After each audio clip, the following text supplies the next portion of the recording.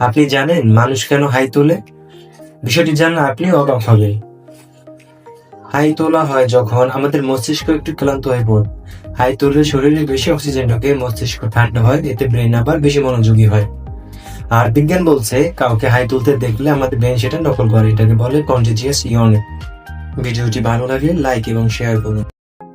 আপনি জানেন মানুষ কেন হাই তোলে? বিষয়টি জানলে আপনি অবাক হবেন। হাই তোলা হয় যখন আমাদের মস্তিষ্ক একটু ক্লান্ত হয়ে পড়ে।